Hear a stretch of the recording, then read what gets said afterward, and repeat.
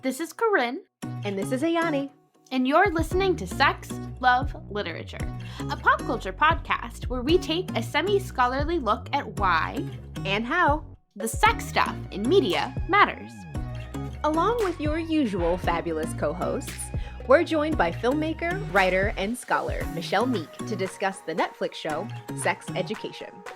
In the first of 2 episodes with Michele, we first learn about her exciting new book, Consent Culture in Teen Films, Adolescent Sexuality in U.S. Movies.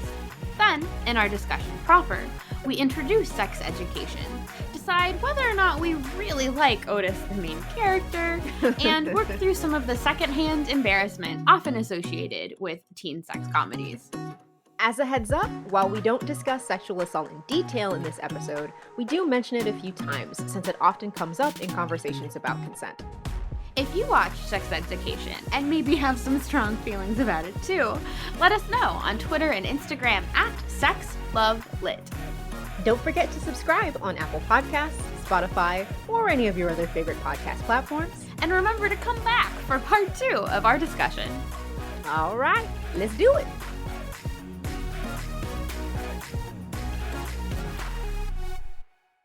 Hello, SLL listeners. Thank you so much for tuning in to another episode of Sex, Love, Literature.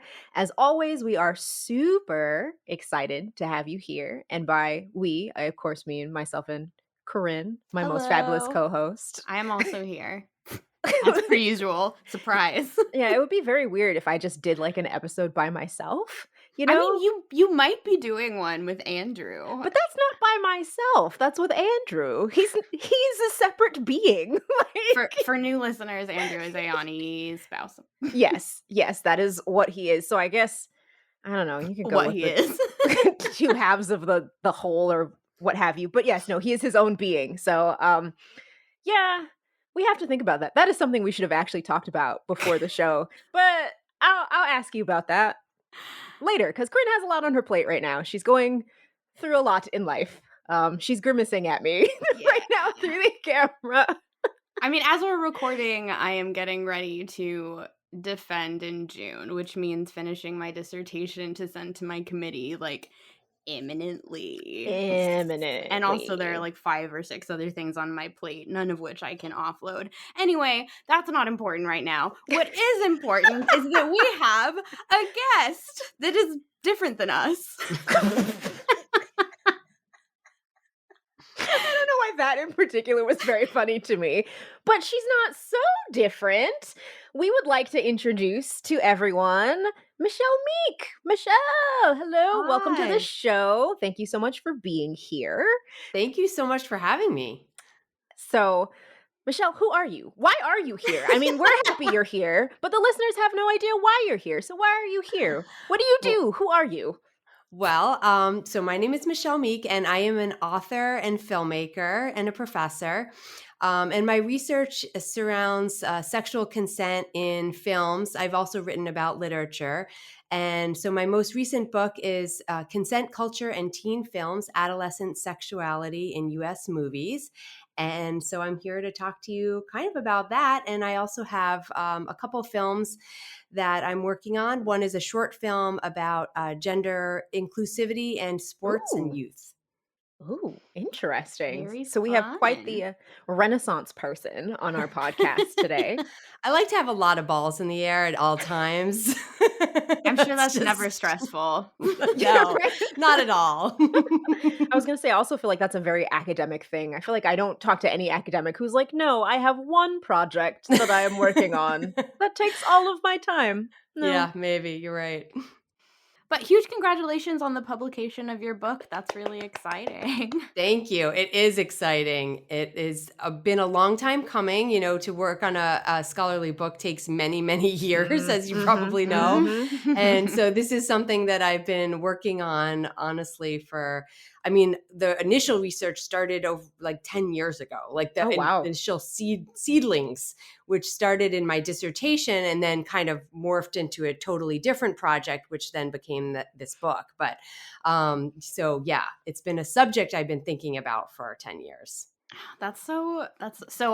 For listeners and also for Michelle, my research is actually on consent in young adult fantasy. So I have been aware of your research because there are actually fewer people, especially in children's and youth literature and media studies, talking about consent than you'd think there would be. Mm-hmm. Yeah. But especially since you've been working on it for a long time, I did kind of want to ask, A, what was the most surprising thing that you learned from writing your book? And also, I'm curious to know how your ideas about consent maybe have changed since you Ooh, started the project to when it was published. that's a good question. Well, let me answer the second question first, which is that, when I first, like I said, I had started working on this with my dissertation, which was really more about consent puzzles, I called them, in Mhm. 90s literature and films. And I was looking at these situations where we weren't quite sure how we should determine consent or not. And like we were kind Mm. of presented with these very puzzling situations that really couldn't Mhm. be untangled. And as once I finished my dissertation and I graduated in 2016, Me Too was soon after that. And Mhm. so, Mm-hmm. it kind of was like, oh my God, I'm working on something that's so timely, but also things are changing so fast. And Mhm. the whole kind of discussion around consent really transformed quickly the way that we were talking about sexual assault. I mean, I think it was a long time coming in one regard, but it was also just a sudden shift where all of a Mm. sudden people were like, I'm going to talk about the fact that I was assaulted and I'm not going to feel like the same isolation and shame around that there was more a community of people coming out and saying this had happened to me too. Mhm. And so I really did have to think about, okay, what am I trying to say now in this era where Mm. it's clear that consent matters, that we believe consent matters, whether Mhm. we actually enact that or not is another thing. But and so that really is what led me to thinking about how teen films kind of operate in consent culture, how they're both taking consent into account, but also representing how complex consent really is in Mhm. the sort of more detailed situations and how that might impact or represent actual lives. Mhm. So actually, Yeah. really quickly before you answer the first question, part um, part 1 of 2. how would like you're using kind of this term consent culture, and I'd be curious to hear kind of a brief gloss of what you mean by that. Definitely. So, what I would say consent culture means is a society or a culture that really prioritizes consent in interactions. And Hmm. Okay. so that means that in some sense it's a legal construct, right? But it's Mhm. also Mm-hmm. just an everyday practice like, oh, you shouldn't have to do this if you don't want to do this. Um, Mm. and that could apply to anything from like someone shouldn't have to eat something that they don't want to have to eat, versus also, sexual and experiences. So it was interesting in the book, I kind of delve into the where this term came from. And there was actually a blogger, Kitty Stryker, who might have been the first person to use this term. But consent culture is really a response to rape culture in a way, where it's seeing consent as the remedy to a society that has normalized non-consent. And Mm. Mhm. so consent culture is sort of the idea of that. Let's focus on consent so that we can move ourselves away from a rape culture and be in a more consent culture. So it sounds on the surface like a very positive thing, which I think in many regards it is. But Mm-hmm. it's not as simplistic as all that, because rape culture and consent culture can actually coexist. Mhm. Oh, Yeah, I've kind of interesting. found I read the intro to your book a couple days ago because I'm writing the intro to my Cool. dissertation. So, Right. Yes. It's like, how does this work? Right. yeah. What is one of two in this intro thing? But one of the things I've kind of been thinking about, like thinking about consent culture as like a construct in response to rape culture, is that like we almost always talk about consent in terms of sexual assault. So like we are almost already talking about it in terms of when it hasn't worked. So like it's all, I don't know, it's a very fraught topic that like it's so tempting to be like, yes, consent. You say yes or no, and then like you did it. Right. But like that's just not the whole picture. No, it's not. And in fact, in one of the things I mentioned in the introduction is that a lot of states, rather than trying to define consent, simply define non-consent because, and so the assumption is, okay, everything else is consent. Wouldn't that be great? Right, but not exactly. But again, the thing is that really when we talk about consent, one of the fundamental problems is that, is consent what we think and feel, or is it what we say and do? And one of the things consent culture and affirmative consent really prioritize is this idea of yes means yes. If I say yes, if I do things that imply yes, then that's yes. But we know for a fact that someone can say or do something that's counter to how they think and feel, in which case, it doesn't eradicate all non-consensual interactions. Yeah, that distinction I think is a really important and interesting one to draw. I was redoing one of my close readings because my ideas have also changed about consent over the time I've written the dissertation. But like, there's a character I'm writing about who can read minds. So then like that a sexual interaction he has, like he can read her mind, but like that's quite an advantage. It is both an advantage and a disadvantage. I guess that could be.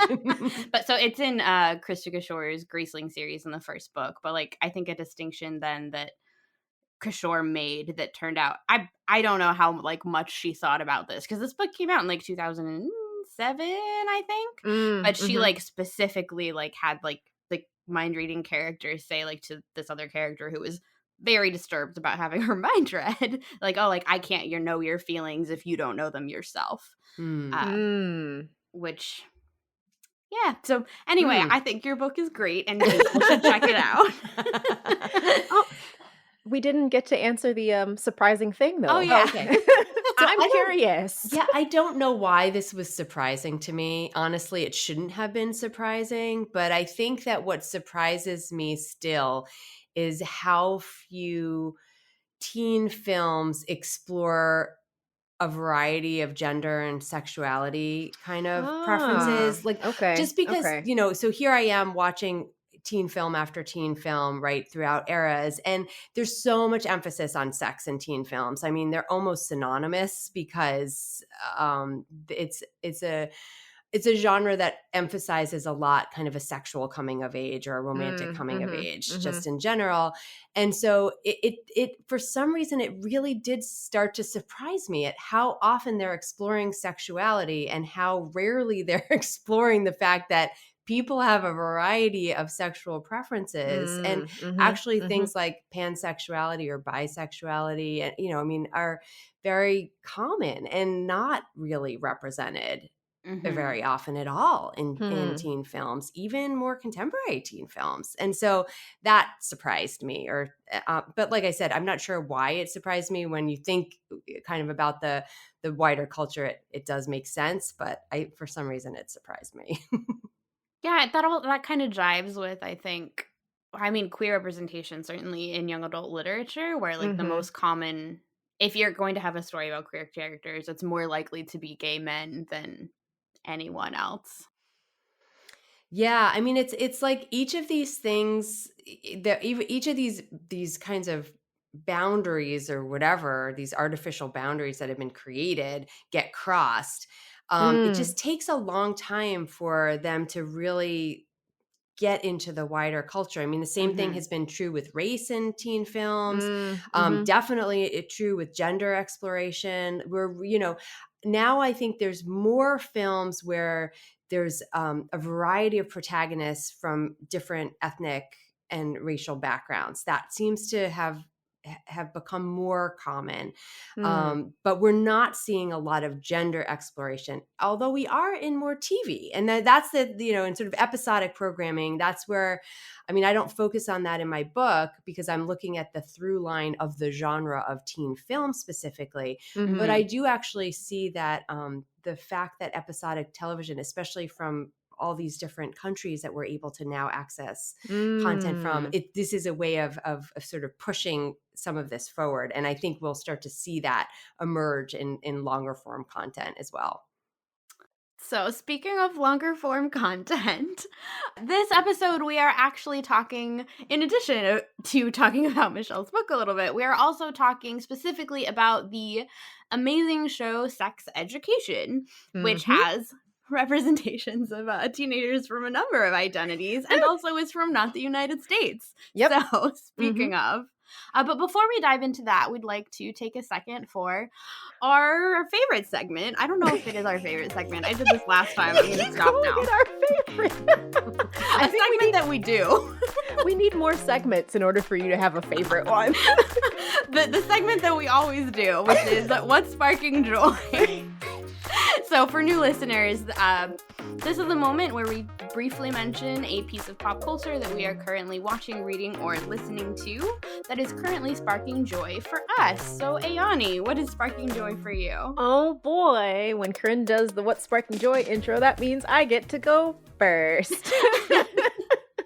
So, what is sparking joy for me right now? I have two things listed, but I'm going to pick one to save time. So, I think I've talked about Vinland Saga before, which is a anime that's running on Crunchyroll that is about Vikings, but it's more it's a historical fantasy, let's say, that leans very much into the historical element of things. And I say historical fantasy because it's not real people. Oh no, I guess Thorfinn technically was a real figure. So what would it be? It's not historical fantasy, but it's It can be historical fantasy fiction. I mean, I think the historical suggests that it's set in like a real time period, okay. but has fantastic elements. But see, it doesn't have fantastic elements. It's Oh, so it's just historical fiction then. historical fiction. Thank you. I just want everything to be fantastical. It's historical fiction. Around set around the story of the Viking Thorfinn. And in the second season, the first season was all about his youth and how he was trying to avenge his father and how that became very complicated and sad for him. And in this season, which is also very sad for him, he was sold into slavery and is kind of rethinking what it means to be a true warrior. And is trying to find a path towards peace, which I think is really interesting. But it's just a really gorgeous show. I've cried a few times. I'm very emotional about these Vikings. And they're talking a lot about connections across, I don't know, the ancient world, what was happening in England, what's happening in Greece, what's happening in Denmark. So it's just a very fascinating show. I feel like I'm learning things that I didn't know about Vikings while also just wanting poor Thorfinn to be happy and not have to fight anymore. So that's what's sparking joy for me. Corinne, what's sparking joy for you? So, what is sparking joy for me, or at least a lot of feelings, is the Xianxia C drama or Chinese drama Till the End of the Moon. I watched this as it aired for most of April and a little bit into Mhm. May. It was my whole personality for that space of time. I mean, it's still kind of it. So the setup for this drama is that, so for those of you who don't know, Xianza is sort of like a high fantasy genre, and it has to do with like cultivation, and they're often immortals and different things like that. But so as it opens, the main character, Li Susu, it's the end of the world, it's the apocalypse, and the devil god is killing everybody, and like rounding up like the straggling survivors, kind of killing everybody. So Li Susu watches him kill everybody that she knows and loves, and then goes back in time 500 years to prevent his rise as the devil god, essentially. So she finds out that he was a mortal person and that she needs to like stop him. That as soon as he dies, then he will like rise as the mortal god. So she has to figure out how to keep him alive long enough for her to like kill him effectively to prevent him from becoming the devil god. This is also a romance. Yes, So it's basically about fate and different choices that you make, and is essentially like at its core an enemies to lovers story in a very, very melodramatic, angsty kind of way. I will say, so it's 40 episodes long. I recommend watching up until episode 35, pretending that's the end. And then if you like really must watch the last 5 episodes, know that it ends up a little bit of a narrative mess. There are a lot of reasons for that in the way that Chinese dramas are produced and have to get through the censorship office and stories that they are allowed to tell. But it is a very, very good drama, and I have been listening to the soundtrack essentially on repeat for a month. It's wonderfully costumed. The acting is really, really good. I'm obsessed with Lee Susu and Tantai Jin, who are the main characters, and it is just an extremely fun, like emotionally engaging watch, particularly if you would like something with some like high angst. So like there's a moment, and this is the moment that like I was like, oh, like I love, even no matter what happens next, like I love this drama.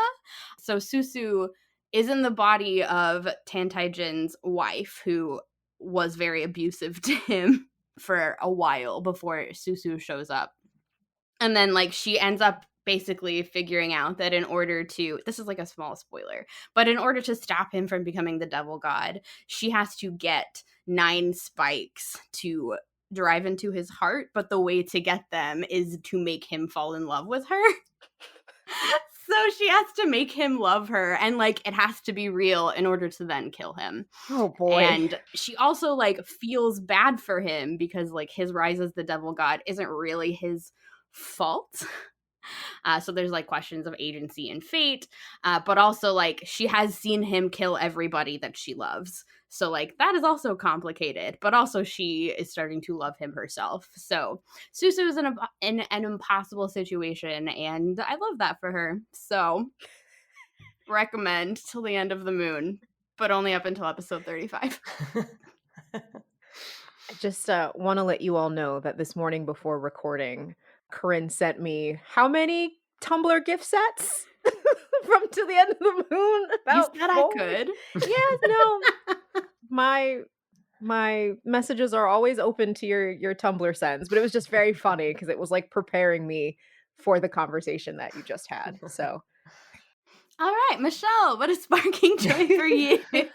So actually, I just watched a feature film, The End of Sex. I became interested a little bit in a project. So as you know, I'm a filmmaker as well, and one of the projects that I have in screenplay form right now is what I would call a middle-aged marital sex comedy. Okay. Those don't sound like things that should go together, I realize. And that's kind of the point.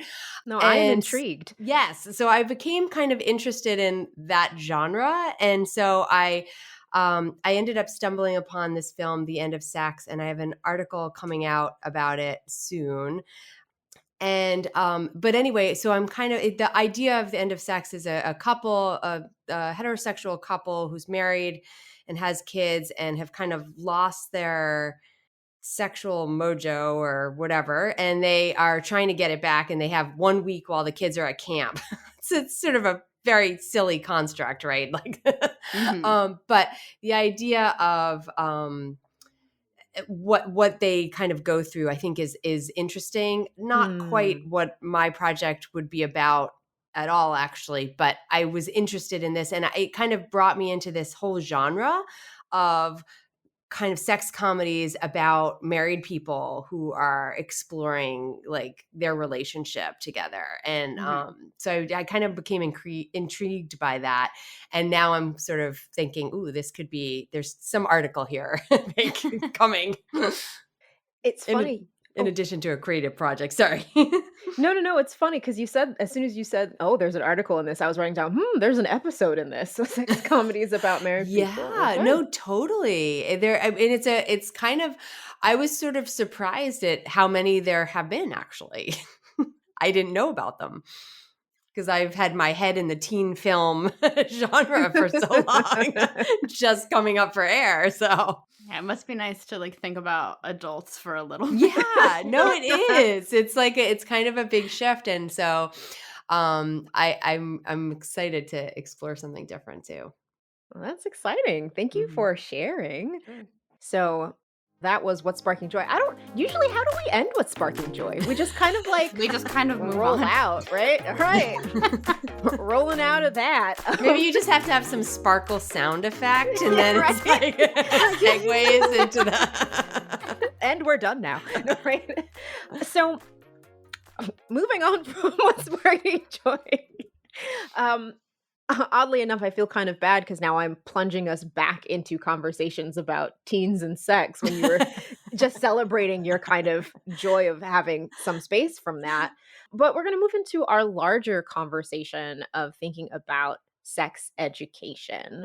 So, as we like to do, we're going to give a little bit of context just about the show to situate everybody, and then we'll kind of launch into our deep dive because I think we have a lot of interesting questions to explore, not to kind of oversell us, but I think they're interesting and I'm looking forward to see kind of the directions that we go in. But Sex Education, which is on Netflix, seasons 1 through 3, follows the lives of students, staff, and parents in the fictional Moordale Secondary School as they contend with various personal dramas, often related to sexual intimacy. Thank you, Wikipedia, for that description. It's a show with kind of a large ensemble cast, which makes it really interesting. There are often a variety of intertwining storylines that you end up following throughout the show because it kind of takes place in a high school setting. So not only are you talking about the high schoolers, their various friendships and relationships, their parents also get involved, as well as the teachers in the school. The head teacher is kind of an important figure throughout the seasons. So it's kind of I think a very interesting ensemble cast kind of a story if that's the kind of work that you're interested in. So just as a note again from Wikipedia, Sex Education has received critical acclaim for its cast, writing, directing, production values, and quote unquote mature treatment of its themes. And there's been over 40 million viewers streaming the first season after its debut, and the third season actually won Best Comedy Series at the Emmys. So it's a show that's doing pretty well for itself. Mhm. This is not kind of a little niche in the corner of Netflix kind of a show. And I believe, correct me if I'm wrong, but it started in 2019, so 2019 and then pre-pandemic. yeah, season 2 I think dropped in 2020 before everything shut down. Mm, And I don't remember exactly when season 3 aired, but season 4 is supposed to be released soon. yeah, so we're kind of excited about that. I think season 3 dropped in 2021. That sounds right. And for the context of our conversation today, we will be touching on seasons 1 through 3. So obviously, we're not going to be able to talk about everything that happens in the show because there is a lot. We do want to kind of put that spoiler warning out there pretty early. If you haven't watched Sex Education and you care about spoilers, this is probably not the SLL episode for you to listen to, but it will be here after you watch stuff. But if you don't care about spoilers, continue on, brave listener. We've got a lot of fun stuff to talk about. All right, so to introduce some of the main characters, again, this has a pretty big ensemble cast, so I'm not going to mention everyone because that would be a waste of time. But I'm going to introduce some of the main characters, and then as other characters come up in our conversation, we will give you the context that matters. So the main character is Otis Milburn, played by Asa Butterfield. He starts an underground sex advice business at his high school, filling a pressing need, actually, for knowledge about sex and how sex works and how intimacy works and this kind of thing. And the reason why Otis feels qualified to do this, not that he immediately feels qualified, but the reason that he does this is because his mother, Dr. Jean Milburn, played by the fabulous Gillian Anderson, Fabulous. is a sex therapist herself. So he's been raised by his single mother and been therapized, as he calls it, by her, like as he's grown up. Otis's best friend, Eric Effiat, is played by Nkuti Gatwa. He is gay, so there are a number of storylines related to Eric sort of coming out and dealing with his sexuality. And Nkuti Gatwa is also the new doctor on Doctor Who. Fun fact. Uh, Maeve Wiley, played by Emma Mackey, is Otis's friend and erstwhile love interest. She runs the business side of the sex advice business. Maeve's eventual best friend, Amy, played by Amy Lou Wood, is a former member of the Popular Clique who is Maeve's best friend and a sweetheart. She's super, super funny. So funny. Amy Lou Wood has also done a very good job in this role because she won the BAFTA TV Award for Best Female Comedy Performance for her role in the second series, which is something we're definitely going to talk about. Yes. Yes, yes, yes. And just kind of another note, I feel like we have a lot of pre-notes with this one. But the show does feature a lot of very interesting adult characters and relationships between adult characters. For example, I love Otis's mother, Jean, her relationship with another parent from the school that develops kind of into season 2 and then further into season 3, but pulling on Michelle's expertise and Corinne's expertise as well. We're going to think a lot about the teenage characters and the students of Moordale. And while their parents will kind of be involved in those conversations, that's kind of where we'll be centering our thoughts. So to jump right into it, what are our initial reactions to sex education? Did we like the show? Do we have weird feelings about the show? What kind of made us want to have a conversation about it? Do you want to go first, Michelle? Sure. So I like the show, but I like a lot of content because I like anything that generates me to, generates thought or ideas. And I think that this is a very generative show. There's a lot going on, as you mentioned, and a lot of characters, a lot of sort of diverse sexualities and even gender identities more in the third season. And I think that, I don't always agree with the way the characters handle something, but that's okay because I don't agree with the way someone handles something in real life all the time either. And that's sort of the point. And it allows you to have these kinds of thoughts and conversations. I mean, Sex Education is one of the shows that I actually watch with one of my kids, and I find it as an example of a show where you can really have conversations around this is not, you're not having the sex talk, you're watching content together, and it's bringing up different things that allow you to have these kinds of conversations with your kids. And so I appreciate it for that, but I also appreciate all the work that it's doing in just exploring all these different individual experiences and kind of identities. Yeah, I think that's kind of an excellent point. I liked Sex Education a lot, in part because I think it was trying to do very interesting, intelligent things, and it was trying to have quote unquote difficult conversations in a pop culture space, right? I feel like while it's set up as a comedy, right, and there are things that are played for laughs and things that are played for jokes, it's not that it doesn't take itself seriously, if that makes sense. And this is something I think we'll come back to. I think it kind of also takes the fact that it's having frank conversations about sex for audiences that might not get to have those frank conversations pretty seriously. So that's something I kind of appreciated about it, even when I felt weird watching it in public spaces, because some of those sex scenes were a bit much, but not in a negative way, just in a kind of like, wow, I'm in the living room. Which I feel like is a thing I've said at least 3 times on our show thus far. I think in the last 3 episodes. Oh, yeah, no, I think you're right, because that was Friends to Lovers and Hit the Spot, so I think you're Queen right. Charlotte. Oh, that's right, and Queen Charlotte. So maybe the last 4 episodes.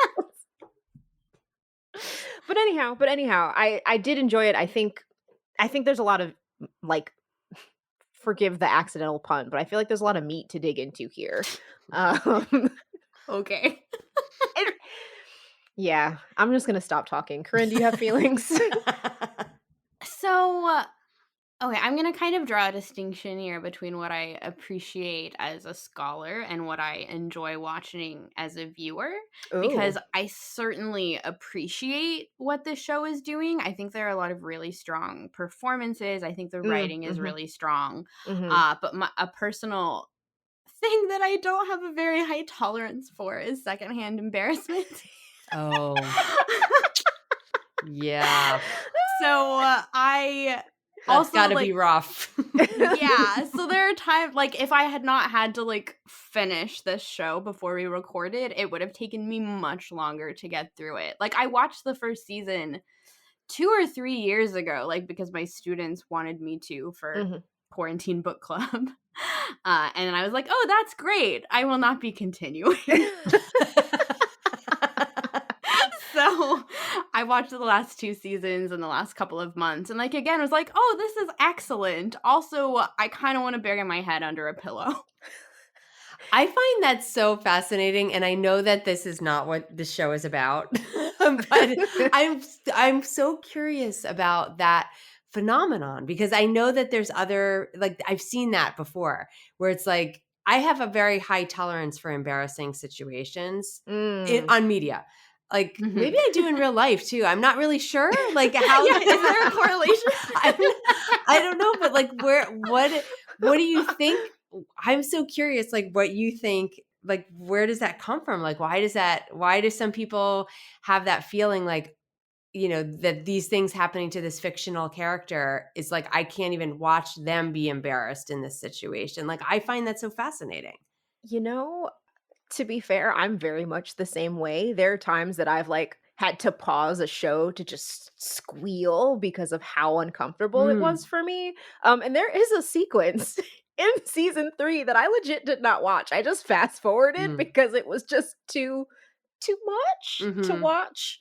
So I don't know why I feel I'm also easily embarrassed like in real life though. Okay. So I don't know if it's kind of like a, Mm, Mhm. you know, I know what it feels like and I feel bad yeah. for this character going through it kind of a thing.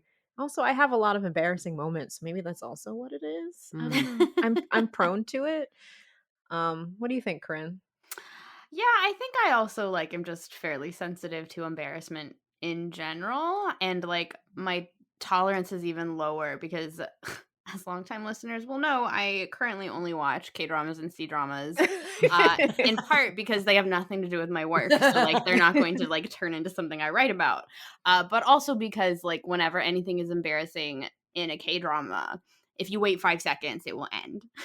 Mm, So, like, there is as just, like, a genre or, like, cultural convention, they spend less time doing things that are embarrassing to me right. personally. But, Interesting. like, I do think so sort of shifting back to sex education a little bit, the Mhm, things that I mhm. found embarrassing weren't so much, like, the sex things because the show does include, No. like, a lot of sex scenes and a lot of things. It's Mhm, particularly mhm. when characters like Otis will, like, do something that is like, "Oh, that was a horribly insensitive thing and embarrassing thing for you Yeah. to be Mhm. doing, Otis." Mhm. And I Mhm. don't like watching that. Mm, mm. Yeah, the Yeah. scene that I skipped was Otis making a speech. It wasn't related to sex at all. It was just him kind of being an asshole, Mm. which actually is one of our questions about the show, which Corinne has so intelligently framed as "Why is Otis such an ass?" Um, but more the question is, does it work for us to have such a dislikable character as our POV character, right? While it is an ensemble cast, most of the show is through Otis's perspective. And he's not always the nicest person to the people that are around him, Mm. and has a lot of missteps, a lot of foibles, and a lot of secondhand embarrassment moments. But what do we think about that? Why? Well, one, does it work for us to have Otis as the POV that we're coming through? But also, what might the show be doing through kind of Otis as a character, right? What might be the benefit of having him as the person we're we're watching through. So kind of to answer my own question a little bit, that I'm the one who put on the outline. I think Otis is really helpful, because Asa Butterfield does a fantastic job, like, acting He's him. excellent. Like, I may not like Otis, but I think that actor is great. I Yes. just, like, want to be clear that yeah. I know the difference. But I think he is very useful to think about the difference between knowledge and experience. If we're thinking about, like, the quote unquote opposites of innocence and childhood innocence as these adolescent characters are becoming young adults and adults and learning Right. more about sex, Mhm. Otis has a lot of, like, book knowledge, so to speak, both about, like, the mechanics of sex and also about, like, some of the emotional stuff that he's, like, learned sort of by osmosis from his mother, but he doesn't have a lot of experience, which I think leads him to apply that knowledge not always very well, and also sometimes to be Mm. overwhelmed by his own emotions. And, like, when he's navigating his sort of love triangle situation with Maeve and Ola, he Mhm. doesn't he, like, knows that's the situation that he's in, but knowing that and being able to handle it maturely are very different things, and I think that's actually a very useful sort of framing device. Who's Ola? Did I say the wrong name? No, but who is Oh. Ola? So Ola is another character. For context, Ola, who is played by Patricia Allison, is he meets her in the first season, and she and Otis start dating for a little bit in the second season, and then they break up for, like, love triangle reasons. But then she is also the child of Jakob, who ends up dating Otis's mother. So Otis and Ola have a very complicated Yeah.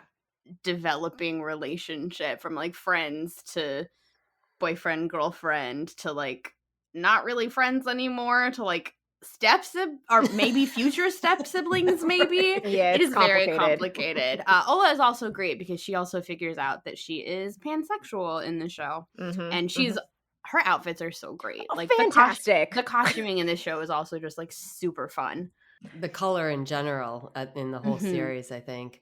I love that you focused on the difference between knowledge and experience. I think that's and this idea that the distinction between knowing sort of quote the right, or knowing the situation, and then actually being able to do the right thing for yourself or in your situation. I mean, I see that.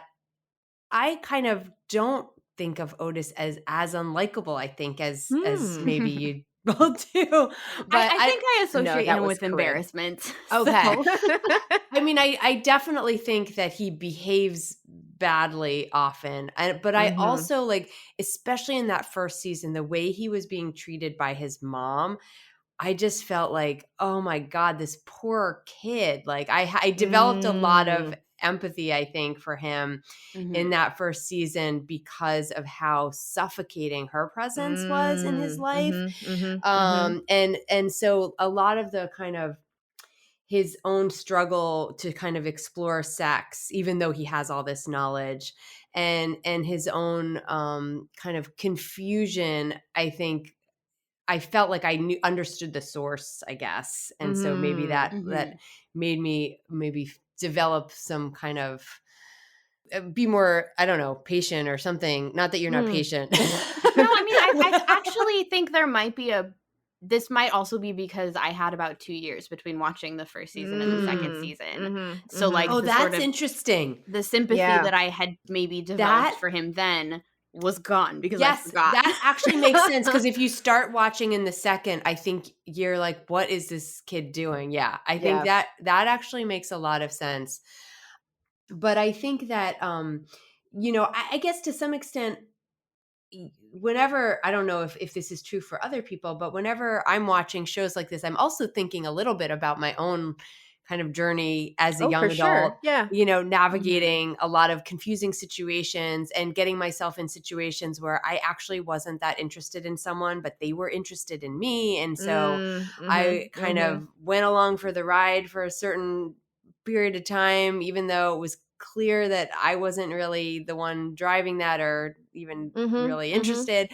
And I think Otis kind of gets himself in that situation a little bit, Oh, for sure. you know, Yeah. and so I guess that was something I could kind of relate to too. But there's no doubt that he acts badly, as a lot of the characters do, actually, in Yeah. various situations, almost Yeah. all of them, in fact. Yeah.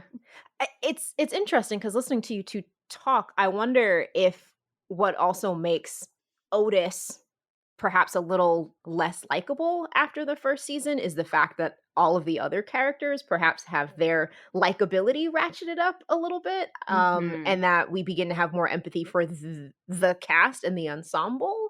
So, for example, when Otis does his cringeworthy couch speech and embarrasses and hurts both Maeve and Ola, it's not just us going, "Oh no, Otis, how could you?" It's also feeling that Mm. particular sense of pain for Mhm. Maeve and for Ola. But I think you're absolutely right. No one in this show is blameless. And I think Mhm. that's also Mhm. a good thing about it is that there are no well, there's one villain, but really most of the characters are not villains. They're just complicated. Right. And I think that's kind of a great tool for building empathy and sympathy for them. So I Mhm. think that's a really good point. And honestly, the irreverent cast of characters is one of my favorite things about the show. The fact that we get so many perspectives and so many different kinds of people, even the ones that you don't like as much at first, that become endearing to you as the show goes on. And the fact that they're making mistakes, I think, is part of what's compelling about it, even if it Mhm. is Mhm. sometimes embarrassing to watch. I think that that it sort of reminds me of, you know, watching soap operas years ago, and it's like, oh no, what are Mm. they doing? Don't do that. It's not quite that dramatic, right? It's more comedic, but I think it's a little bit of the same idea where you're watching it knowing that they're getting themselves in a situation Yeah. is Mhm. kind of unnecessary if they were just a little bit more enlightened, you know. Mhm. But nonetheless, makes it interesting to watch. Thinking about the ways that this show certainly is a comedy, I want to think about a little bit about the ways that the show is sort of balancing genre and genre expectations because it's a Mm. comedy, it's a realistic comedy mostly. It also like I think has a lot of didacticism built in, but I also Mhm. am not necessarily feeling spoon-fed by that, and I kind of wanted to get y'all's takes on, like, how the show's balance of those different goals works for you. Mm. Mhm. Mhm. I I don't know how realistic it is, to be honest. I mean, you know, because Mhm. uh, teenagers are having actually less sex than they were Mhm. 30 years ago, and so I Huh. don't. And also all the openness with which many of them kind of talk about sex Mhm. and Mm. and the way they go to Otis with their problems. Not that they don't have these questions, but they probably would be Googling for the answer, not necessarily Mm. going and Mhm. talking to someone and saying, like, I'm having this sexual problem. Yeah. How can you help me? But I mean, I think it's an interesting conceit because I do think that youth have these kinds of questions. How they're finding Mhm. the answers is obviously a little bit different, but I guess it's hard to generalize, right? But Mhm. I also don't really know that much about what it's like for younger people in the UK where the show is actually Yeah. made, Mm. which is different. True. Yeah, it's definitely interesting watching a show like this as someone currently living and teaching in Florida. Hmm. As what teachers are like legally allowed to talk about in Right. classrooms is That's shifting pretty insane. dramatically. Yeah. Yeah. But so I do think okay, so thinking about the way I don't know that I think you're right and that it's not necessarily realistic in the ways that teenagers actually interact with each other, at least when it comes to talking about sex. But I do think the show, and correct me if I'm wrong here, but I think the show is nonetheless very careful to present accurate information about sex, like Yes, Definitely. in for response sure. to those questions. Like I'm thinking specifically, like an example that to me felt very much like we are showing this so that viewers will know it, Yeah. was when Cal, who is a non-binary character in the third season, is talking to and teaching basically teaching another non-binary character about binding Binders. Mhm. about binders and about don't use an ace bandage, like you'll want to wear one that's too small for you, don't do that, it's bad for you. And like very much it felt like safety information Mm-hmm. as well as Yeah. like character development. That was a moment that was particularly like, we are telling you this so that you know it. I think that's really interesting because they're thinking the people behind the show are obviously thinking a little bit about their Mm-hmm. responsibility, Mm-hmm. Mhm. as not just entertainment, but, is there some educational component to this? Um Mhm. Absolutely, absolutely. Yeah, there's another scene in season 3 where the 3 kids in the popular clique after a terrible abstinence-focused sex education class, which we can come back to and talk about if y'all want, go to kind of a sexual health center, and they each or 2 of them sit down with who might be a nurse practitioner. I don't know what the healthcare A health levels would be. professional. Yeah, a health professional who is talking them through a particular issue that they are having. And we get a good chunk of the conversation about like how you can get pregnant using the pull out method, but it's always very kind. Oh, and there's a lot of statistics about how AIDS is now a completely different kind. Well, the disease is the same, but how we treat the disease, both literally and figuratively, is very different than it was in the 1980s. And there's a very kind of, you know, here's the factual information about this kind of conversation that's taking place that they spend screen time on. So I think you're right. There is this kind of like perhaps sense of responsibility to perform a kind of education. And while I don't feel spoon fed, right, it doesn't feel like I'm watching educational television. And I put quotes around that. I do those moments do stand out to me as educational. Not so much that they Mhm. break the plot, but that I'm very aware that they are trying to teach me something. That also might be because, I'm in my 30s, right? So, I'm not necessarily the person that that bit of information is for, mhm. but it does kind of stand out to me like you were saying as like a moment of, yes, they want me to take away this information from the episode along with all of the, odd sexual situations sometimes that the teenagers find themselves in.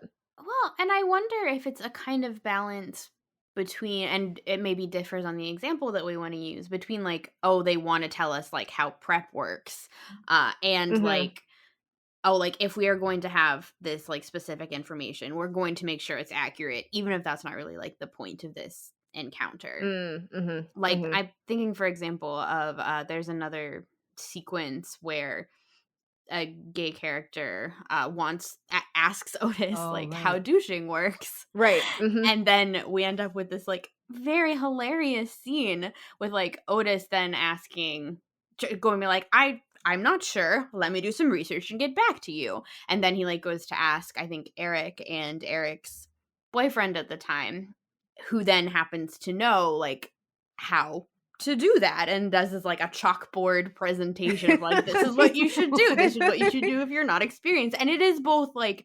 factual but also like comedic that is Right, like who right. is telling them and how they're telling them, and that Otis and Eric are both like, oh, that's so interesting. I had no idea. So like it's a combination of like plot important, accurate information giving, Mhm. Mhm. character development. It's also like a little bit interesting in like the development of the relationship between Eric and his boyfriend, because Mhm. they haven't had sex like that. So Mhm. like talking about that is also like, huh. So it's there's a lot of different levels going on when they Yeah. include detailed information like that. Yeah, and I think you're right. It depends on the scene, right? Sorry, Michelle, go I ahead. think it's really interesting that they're including some of this too, because, especially in the US, I mean, the sex education is so lacking in schools. Mm. Mhm. Like schools are really becoming, they've been afraid for years to tackle these topics, and it's not getting any better, frankly. Mm. Mhm. Um, Mhm. a lot of parents are uncomfortable talking about it with their children as well. And so, where are younger people finding out about some of this information? And a lot of it is probably the internet, right? Mm. Mhm. And there's some research that indicates pornography is a source of Mhm. information. Mhm. Put that Mhm. in quotes. And, so a show like this actually kind of fills an interesting gap or, niche where it's Mm. like, Mhm. okay, this is a show that could be compelling for a younger audience, but like you said, also has these moments where it's informative on different topics that would pertain to them. And, each person is going to take away the things that kind of are meaningful to them and their identity or preferences perhaps. But there's certainly a lot of variety depicted in the show. Oh, for sure. And that's kind of unique and interesting. And some of these moments, like you mentioned, there's even a scene in season 3 where Amy is looking at pictures of like vulva and labia, and those are shown on screen. Like I was kind of surprised, actually. So that's, but then again, I don't know what the show is actually rated technically. I don't tend to filter things in like my house in terms of what age group. But I would guess when I saw that, I was like, wait, is this rated like TV mature? I'm not sure. I think it might be. Yeah. I think Ayani is looking up right now. But like, I think there is maybe also thinking about the way that shows are dispersed, and you probably know more about this than me, Michelle, but like it is on Netflix, like it's on streaming. Like this isn't something that could have been on like, I don't know, ABC. No, definitely not. This was not, what was it called? Like, the Thursday night family prime time. But, there's no reason why it shouldn't be. And I guess that's the thing. I mean, I kind of am of a different mindset for sure, but I really feel like these types of shows are such a great opportunity to like have conversations with younger people about this. And I really don't believe that there's, information is sort of condoning a behavior in one way or another. Like I actually think that parents are kind of making a mistake in that regard, because I think that shows like this are a way of imparting your values to your kids as you're watching together. And I mentioned soap operas before, and one of the things I've said this before, but like when I used to watch soap operas with my mom, like it wasn't like instructive, like I'm going to go out and behave like this. Oh God, I hope not. But, it was actually like educational in terms of, this is why this was not good, or he shouldn't have said that, or, this person shouldn't be treating that person that way, and it was, and my mom and I having these kinds of conversations was actually part of an education in terms of relationships, and so I feel like having the conversations around the show can be such a safe way of abstracting it, where we're not talking about you and your sex life, but we're talking about these characters, and we're having a conversation about like the choices that they're making and whether we think that they're wise or not, and why. All right, so pausing there for a minute, we have a lot more to say, and looking at the time of the recording, not at the time as you're listening, we are going to break this into 2 episodes. So pausing there, definitely come back. We're going to talk some more about especially consent and sex education. Yes. But for listeners in the meantime, Michelle, where can they find you? So you can find more information about me and access to all of my socials on michelemeek.com, and Michelle is with 1 L, so it's MICHELEMEEK.com. Excellent. And Corinne, where can you find us? As always, you can find us at SexLoveLit on Instagram and Twitter, since Twitter somehow still exists. It's kind of amazing. We'll see if it exists by the time we post this episode. Yeah, it's always kind of like an open question. But we'll always be on Instagram as long as that's there. All right, but thank you for listening. Don't forget to subscribe, and don't forget to tune in for our next episode. Woo! Part 2. Take care, everyone. Bye.